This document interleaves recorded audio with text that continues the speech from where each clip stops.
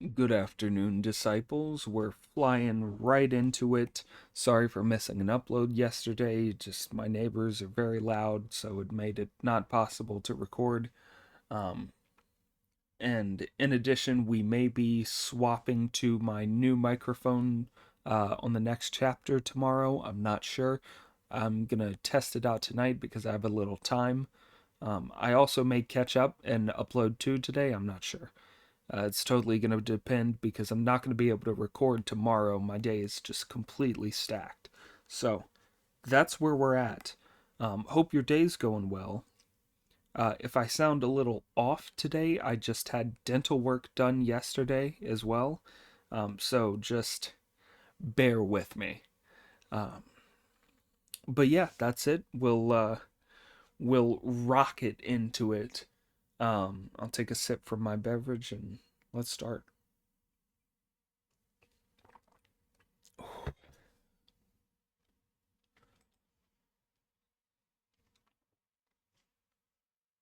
Chapter 50. Feelings run wild and nature gets loose because of desire.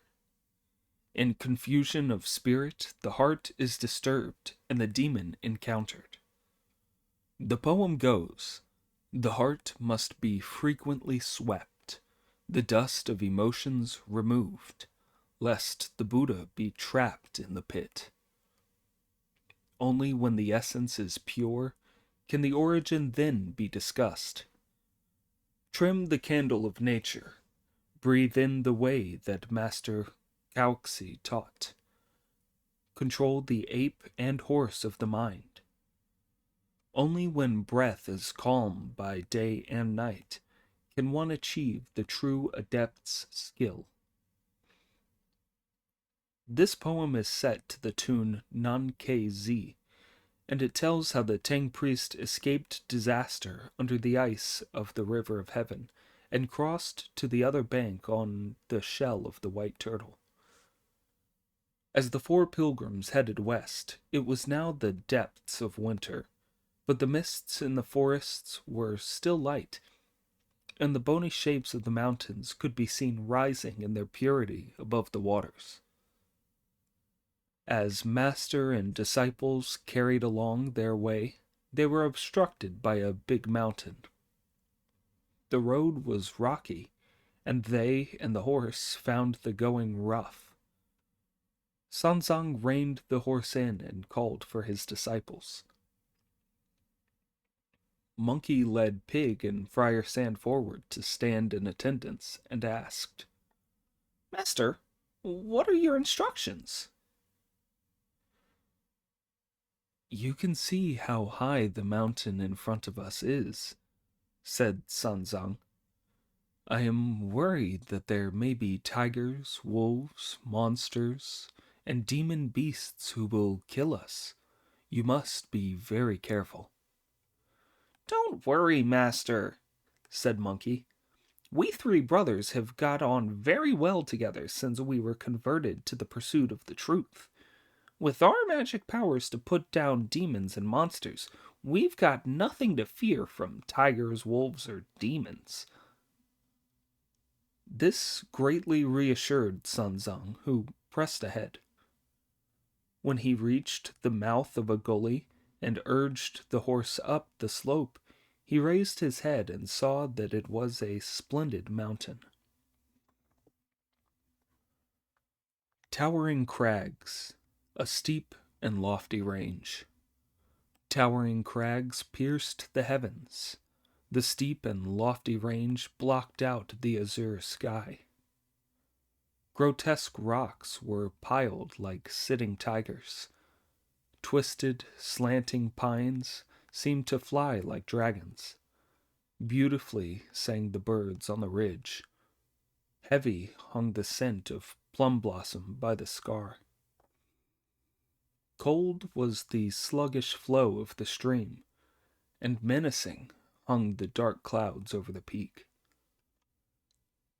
They saw whirling snow and an icy wind howling with the roar of hungry mountain tigers. Cold rooks could find no perches in the trees, and Wild Deer did not know the way back home. Hard it was indeed for the traveler to make progress, as he frowned with worry and covered up his head. The four of them were trembling in the cold and the snow as they crossed that high ridge and saw in a distant hollow high towers and elegant houses. "Disciples," said a relieved Sanzang from the back of his horse. "We have gone cold and hungry today, but there are many buildings in that hollow that I am sure must be a farm or a Buddhist or Taoist monastery. Let us go there and beg some food before we continue on our way." Monkey's immediate response was to take a good look. He saw that evil-looking clouds and vapors hung over the place, so he turned back to the Tang priest and said, "Master, that's a bad place." "How could it possibly be a bad place with all those towers, pavilions, and fine buildings?" Sanzang asked. "You wouldn't know, master," Monkey replied. "There are any number of evil spirits and monsters along this road to the west who are good at making buildings by magic. They can make anything from towers and houses to halls and pavilions, and all just as bait.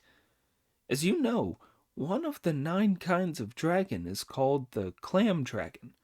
Its breath comes out looking like fine buildings and pools. Clam dragon buildings appear when there is a heavy mist over a great river. Birds flying by will perch on them for a rest. The clam dragon eats everyone up, even if there are thousands of them. It's a really lethal trick. The atmosphere over there looks thoroughly vicious. Whatever you do, don't go there." "Even if I may not, I am still very hungry indeed," said Sanzang. "Yes, master, you really must be," replied Monkey. "Would you like to dismount and sit on this level ground here while I go somewhere else to beg food for you?" Sanzang followed this suggestion. While Pig held the halter, Friar Sand put the luggage down, opened up one of the bundles, and took out a begging bowl that he handed to Monkey, who gave him these parting instructions as he took it. "Don't go any further. Guard the master and make sure he stays sitting here until I come back with some food. Then we can carry on west." Friar Sand promised to do so. Monkey then spoke to Sanzang again. "Master, this is a very dangerous place. Whatever you do, you mustn't move away from here. I'm off now to beg for food." "No need to say any more," replied Sanzang. "Be back as soon as you can. I shall wait for you here." Monkey turned and was about to go when he turned back to add, "Master, I know that you haven't the patience to sit still, but I'll make a spell to keep you safe here." With that, he took out his gold-banded cudgel, and in a flash he drew a circle on the ground with it. He asked the Tang priest to sit in the circle with Pig and Friar Sand standing on either side, and the horse and luggage nearby. Then he put his palms together and said to the Tang priest, "The circle I've drawn is stronger than a wall of bronze or iron. No tiger, leopard, wolf, demon, fiend, or monster will dare come anywhere near it. But you must not step outside it. I guarantee that you'll come to no harm as long as you sit inside the circle. But once you leave it, very nasty things will happen to you. Please, please, please, stay inside it whatever happens." Sanzang did as he was told, and they all sat down. Only then did Monkey set off due south on his cloud to beg for some food. When he saw the ancient trees of another farmhouse reaching up to the sky, he brought his cloud down for a closer look. This is what he saw. Willows bent down by cruel snow, a square pool frozen hard, a few sparse bamboos waving green, the turquoise of a lofty and elegant pine, thatched cottages that looked covered with silver, a slanting bridge that seemed paved with flower. Daffodils by the fence were beginning to open, while icicles hung low beneath the eaves. The icy wind carried many a strange fragrance. The plum blossom was lost amid the driving snow. As Monkey walked towards the farm to take a look at it, he heard the creak of a wicker gate opening as an old man came out. He was leaning on a wooden stick and wearing a sheepskin hat, a tattered tunic, and rush sandals.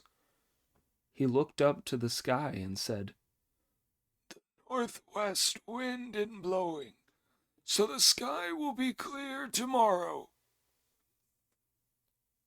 Before the words were out of his mouth, a Pekingese dog came bounding out from behind him and started barking wildly at Monkey.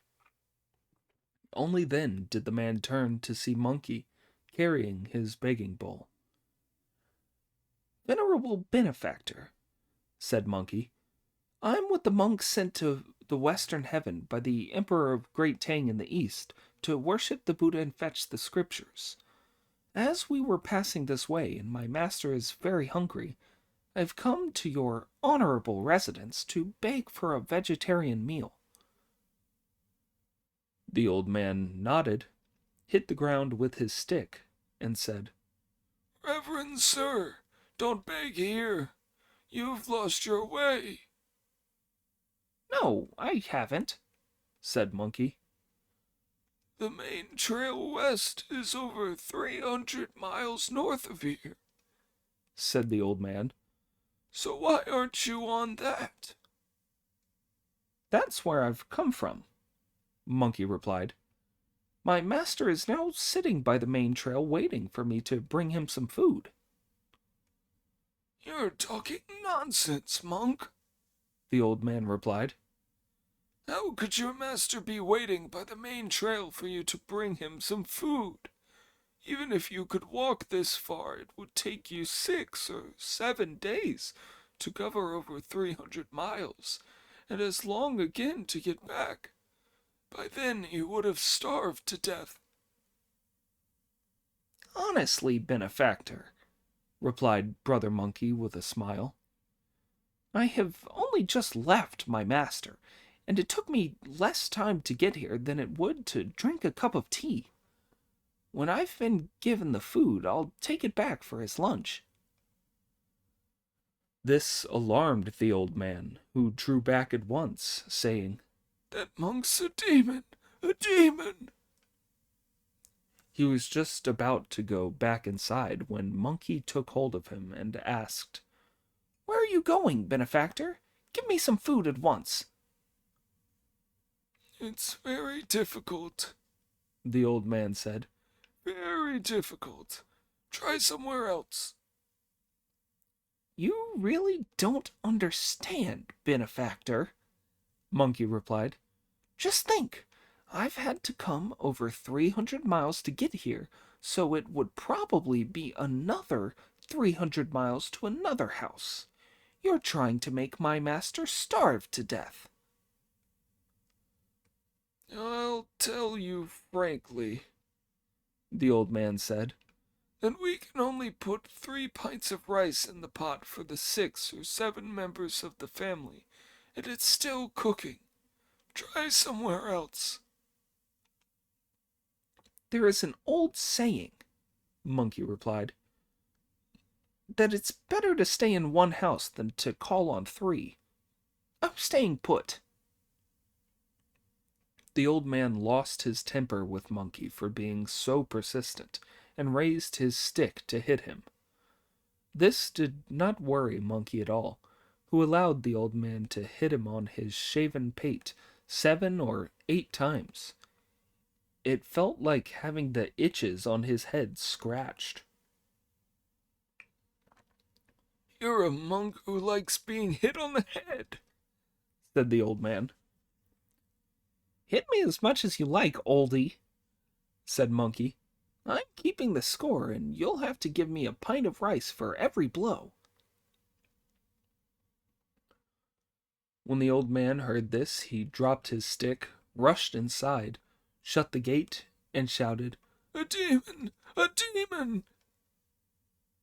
This made the whole household shake with fear as they shut the front and back gates in a hurry.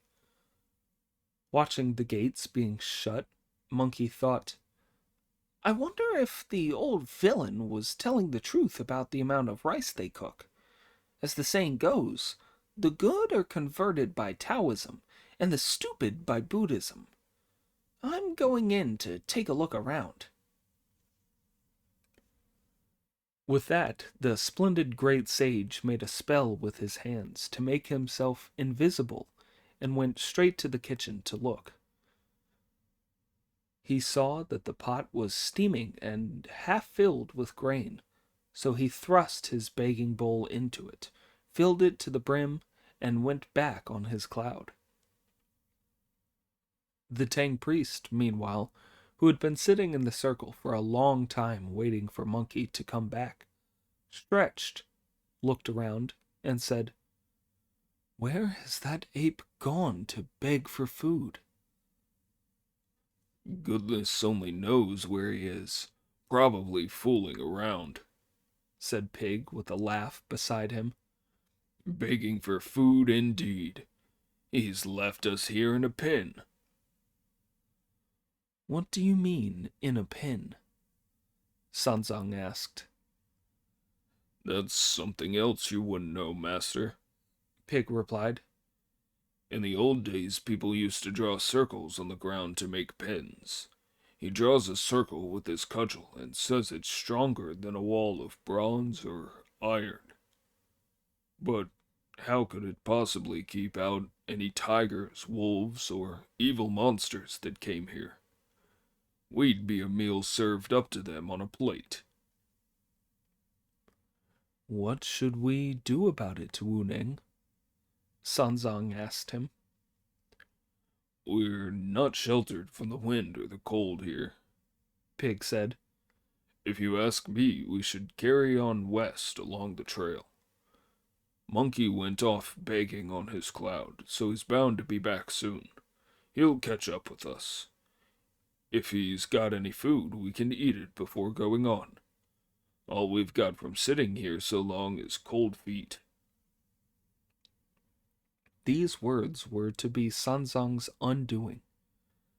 He followed the idiot's advice, and they all left the circle.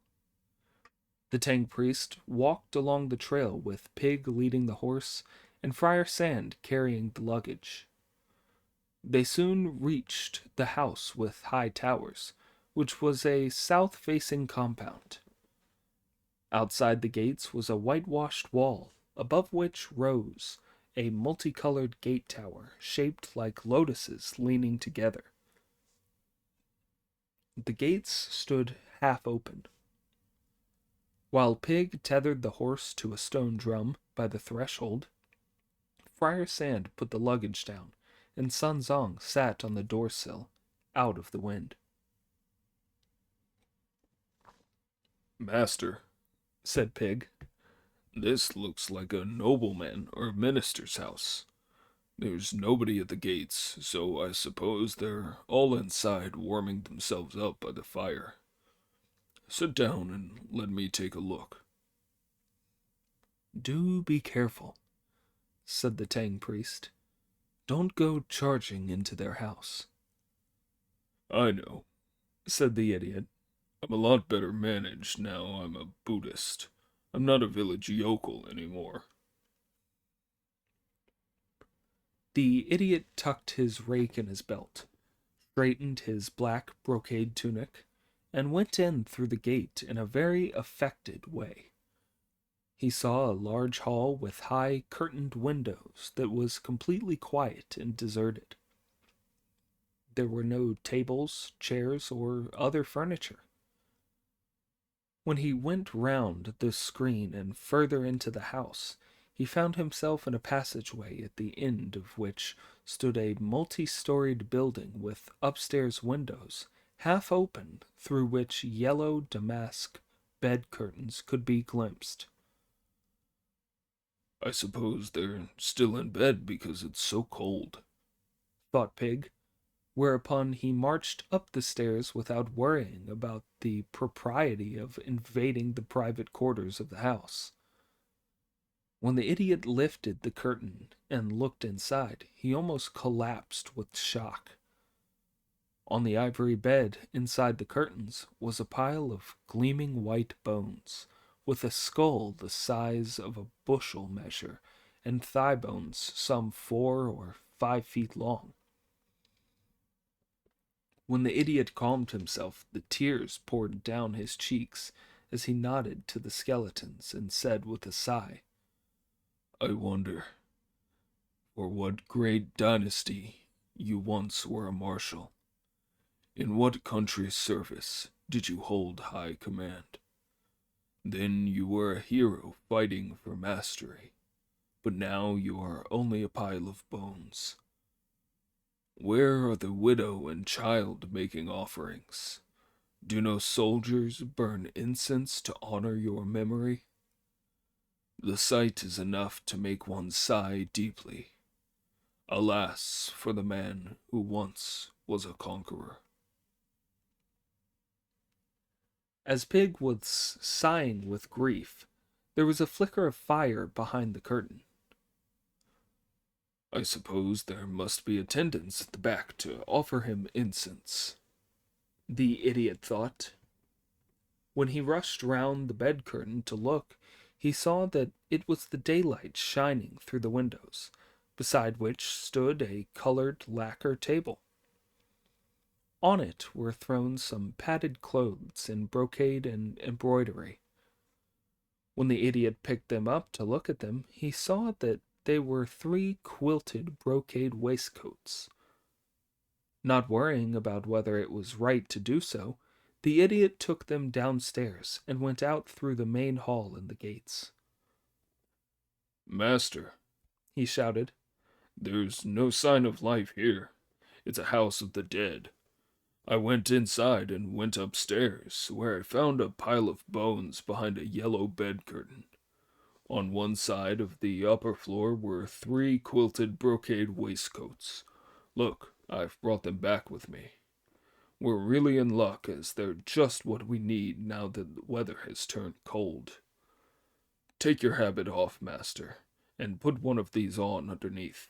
You'll be a lot more comfortable. It'll keep the cold out. No, said Sanzang, it's forbidden. The law says taking, whether openly or in secret, is always theft. If anyone found out, came after us, and handed us over to the authorities, we would definitely be found guilty of theft. You had better take them back in and put them where you found them. We shall just sit here for a while to shelter from the wind, and carry on along our way as soon as Wukong is back. Monks should not be looking out for easy pickings like that. But there's nobody around who could know, Said Pig. not even a chicken or a dog. The only people who know are ourselves. Who's going to sue us? There's no evidence. It's just the same as if we'd picked it up. Taking or stealing just doesn't come into it. Nonsense, said the Tang priest. Even if nobody else knew about it, heaven cannot be fooled. As the Lord of Origin teaches us, do no evil in a dark house. The eyes of the gods are like lightning. Take it back at once and stop hankering after what you have no right to. The idiot was having none of this. Master, He said to the Tang priest with a grin.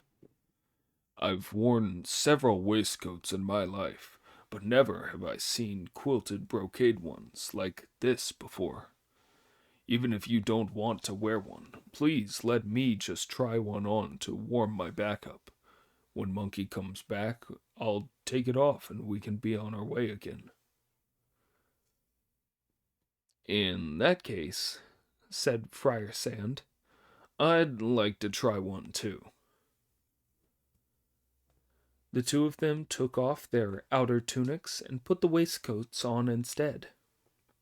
As soon as they had tightened the belts, they collapsed, unable to stay on their feet. The waistcoats were even worse than bonds. In an instant, both of them had their hands tied together behind their backs. Sanzang stamped his foot in despair and indignation and rushed forward to untie them, but to no avail.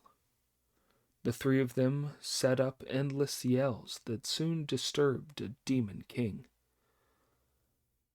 Now these buildings had indeed been created by the magic of an evil spirit who spent all his life lying in wait there to catch people.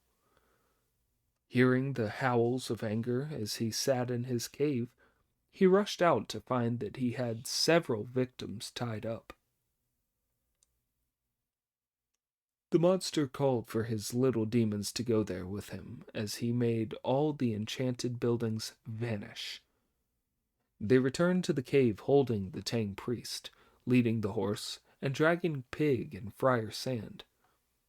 The old demon took his seat on his throne, while the little devils pushed Sanzong to the foot of the steps and forced him to kneel on the floor.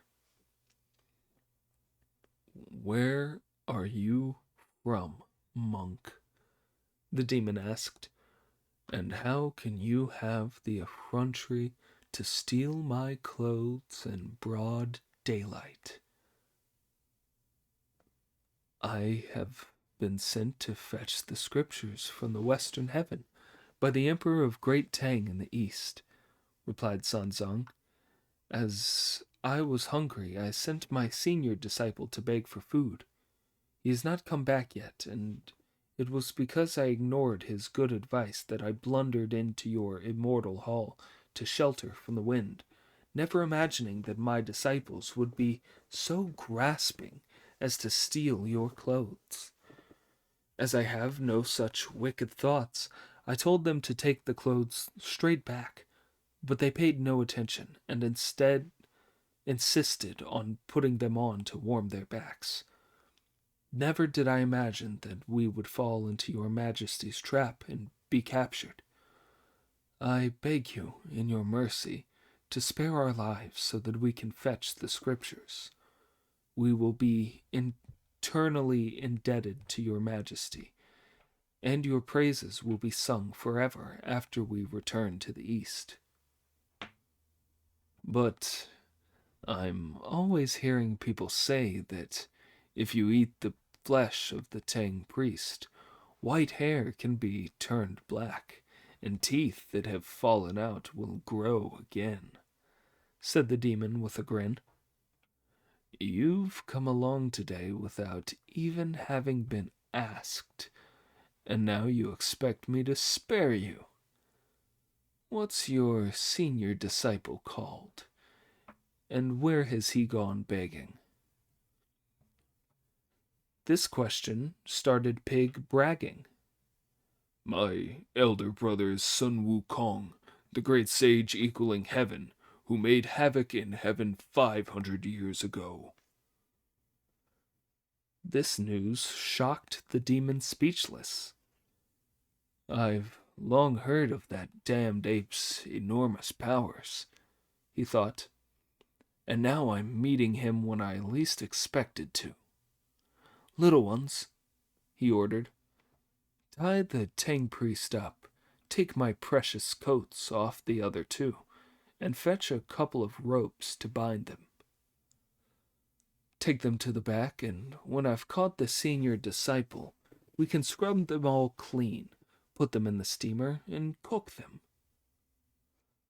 The little demons acknowledged his orders, then bound the three of them together and carried them to the back.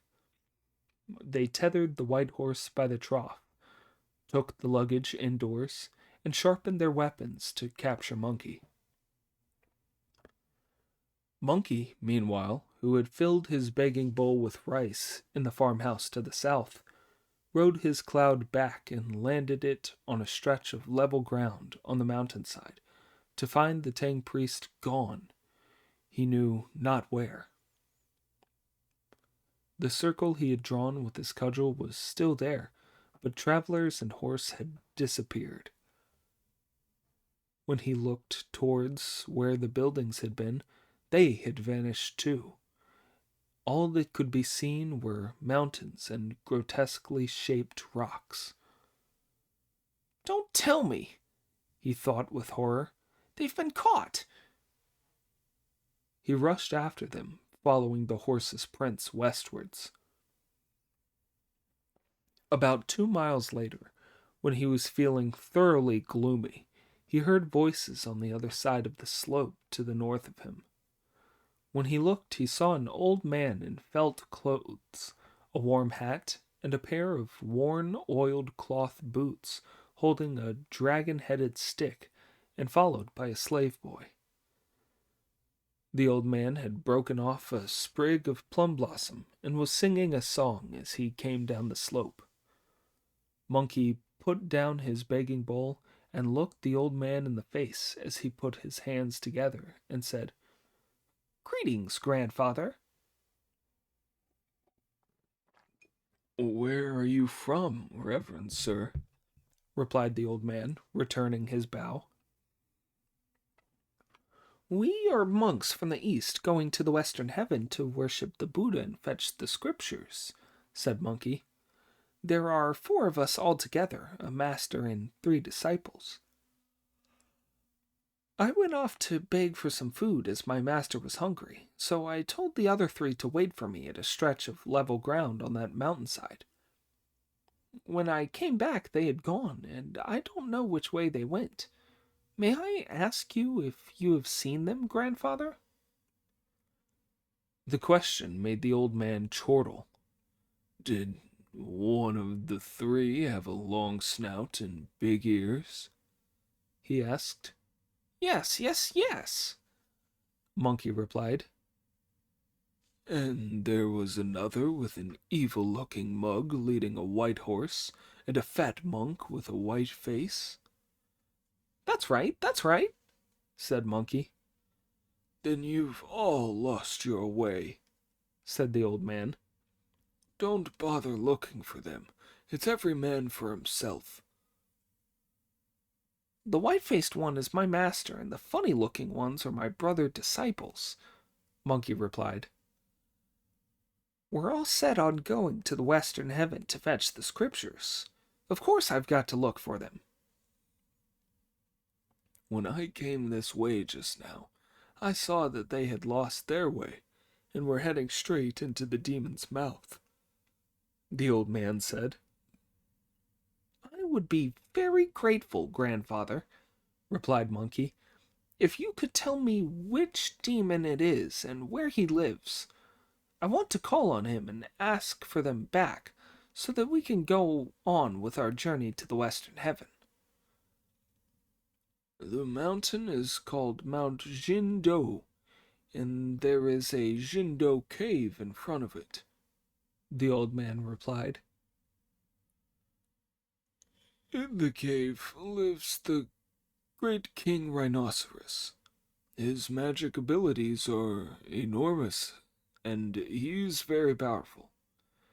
All 3 of your people must be dead by now. If you go looking for them, you might not even be able to keep yourself alive. The best thing would be not to go there. I won't try to stop you or keep you here. I will simply leave you to think it over."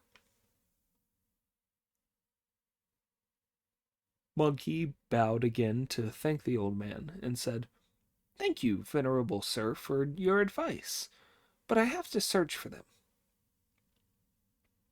Tipping the rice out and giving it to the old man, he put his begging bowl away, at which the old man put down his stick to accept the bowl, which he handed to his slave. Then they both resumed their normal form, fell to their knees, and kowtowed, saying, "Great sage, we dare not try to deceive you. We too are the mountain deity and local god of this place, and we've been waiting here to receive you, great sage. We'll look after the rice in your begging bowl to make it easier for you to use your magic powers. When you've rescued the Tang priest, you can do your duty to him by giving him the food." "Hairy devils!" shouted Monkey. "You deserve a flogging. If you knew I was here, why didn't you meet me earlier instead of skulking around in disguise? It's a disgrace." "Because you have such a quick temper, great sage, we did not want to rush in and offend you," the local god replied. "That was why we disguised ourselves, to tell you all that." "Very well," said Monkey. "We'll postpone that beating. Look after my bowl while I capture that evil spirit." The great sage then tightened his belt of tiger sinew, hitched up his tiger skin kilt, took his gold-banded cudgel in his hands, and headed straight for the mountain in search of the cave.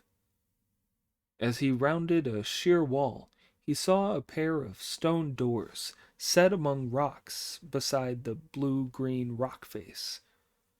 Outside the doors, a crowd of little devils were practicing with sword and spear. Indeed, there were auspicious clouds, green lichens, rows of strange and craggy rocks, steep paths winding around. Apes howled and birds sang in the beauty of nature. Phoenixes flew and danced in this land of immortals.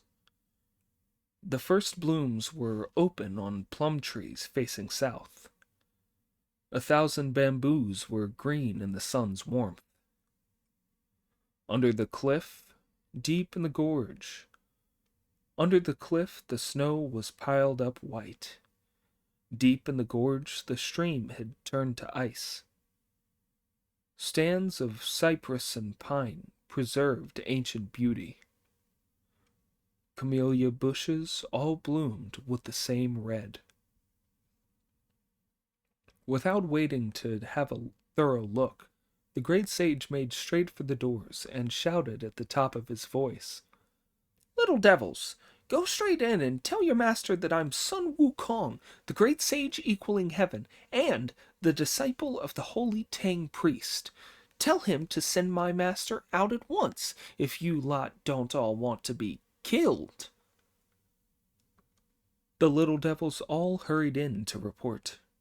"Your Majesty, there's a monk at the gate with a hairy face and a crooked mouth. He's called the Great Sage Equaling Heaven Sun Wukong, and he's asking for his master back." The demon was delighted to hear this. "Just the person I wanted to come," he said. "Ever since leaving my palace and coming down to the mortal world, I've had no chance to try out my martial skills. Now that he's here, I'll have a worthy foe. Bring me my weapons, little ones," he ordered. All the big and little devils in the cave braced themselves and carried out as quickly as they could a 12-foot-long steel spear that they handed to the old demon, who gave them their instructions. "Little ones, you must keep in neat formation. Those who advance will be rewarded, and anyone who retreats will be executed." Having been given their orders, the little devils charged out through the doors behind the old demon, who shouted, "Who is Sun Wukong?" Monkey stepped across from beside the entrance to see how ugly and murderous the Demon King looked. A single jagged horn, a pair of bright eyes. The thick skin protruded above his head. Black flesh shone by his ears.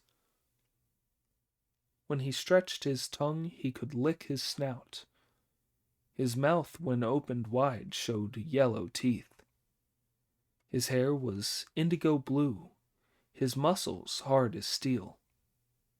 He was like a rhinoceros, but could not see through water.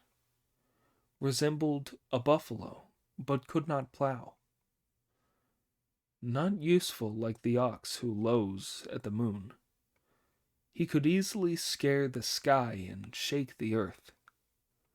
His purple hands were knotted with muscle, as he stood erect with his spear of steel. One only had to consider his hideous looks to see why he deserved to be called Rhinoceros King. "Your Grandpa Monkey is here," said the great sage monkey, stepping forward. "Give me back my master, and neither of us will be hurt. But if there's so much as half a no from you, I'll kill you, and there will be nowhere to bury your remains." "I'll get you, you impudent devil of an ape," the demon roared back. "What powers do you have that give you the nerve to talk like that?" "Evidently you've not seen them yet," Monkey replied. "Your master stole my clothes," said the demon, "and now I've caught him and am going to cook and eat him. What sort of tough guy do you think you are, daring to come here to ask for him back?" "My master is a loyal, upright, and good monk. He couldn't possibly have stolen any of your devilish goods." "I made a magic villa by the mountain path," the demon said, "and your master crept inside. He was so carried away by his greed that he stole 3 quilted brocade waistcoats. I caught him red-handed. If you really have any powers, I'll give you a fight. Hold out against me for 3 rounds and I'll spare your master's life. Fail, and you go to the underworld with him." "Shut up, damned beast," Monkey replied. "A fight would suit me fine. Come here and try a taste of my cudgel." The monster was not at all afraid to fight, and he thrust his spear at Monkey's head. It was a superb battle. Just watch. The gold-banded cudgel was raised. The long-handled spear parried. The gold-banded cudgel was raised, flashing like a golden snake of lightning. The long-handled spear parried, glistening like a dragon emerging from the sea. Outside the doors, the little devils beat their drums, drawn up in battle order to add to his might, while the great sage showed his skill, displaying his abilities freely all around. On one side, a spear and spirits braced. Against it, a cudgel and martial prowess. Indeed, it was hero set against hero, a pair of well-matched foes. The Demon King breathed out coiling purple mists, while the gleam of the great sage's eyes formed colored clouds. Only because the Tang priest was in trouble did both of them fight so bitterly without quarter. After 30 inconclusive rounds, the Demon King could see that Sun Wukong was a complete master of the cudgel, who could advance or retreat without leaving any openings. "What a splendid ape," he kept saying with admiration. "What a splendid ape. This was the skill that made havoc in heaven." Monkey too was impressed by the Demon King's neat spearwork as he parried to left and right with great skill. "What a splendid spirit," he said. "What a splendid spirit. He really is a demon who would know how to steal elixir pills. The two of them then fought another 10 or 20 rounds. The Demon King touched the ground with the tip of his spear and ordered his little devils forward. All those wretched fiends surrounded the great sage with their cutlasses, staves, swords, and spears. Monkey was completely unafraid. "I'm glad you've come along," he shouted. "Glad you've come along. Just what I wanted." With his gold-banded cudgel, he blocked and parried them in front and behind, and to both sides, but the devils would not give ground. Losing his patience, Monkey threw his cudgel into the air, shouted, "Change!" and turned it into over 1,000 cudgels that came raining down from the sky like flying snakes, terrifying the devils out of their wits and sending them scurrying back to their cave for their lives with their hands over their heads. "Behave yourself, ape," said the demon with a mocking laugh, "and watch this trick." He immediately pulled out from his sleeve a gleaming white ring that he threw up into the air with a shout of, "Get them!" It came whirling down, catching all the gold-banded cudgels inside it, and forcing Monkey to somersault away for his life, as he was now disarmed. While the Demon King returned to his cave in triumph, Brother Monkey was at his wits' end. Indeed, the way grew by 1 foot, but the demon grew by 10. Blind and confused, they failed to see that the house was fake. Alas, there was no place to be found for the Dharma body. In action and in thoughts, they had made a great mistake. If you don't know how all this ended, listen to the explanation in the next installment.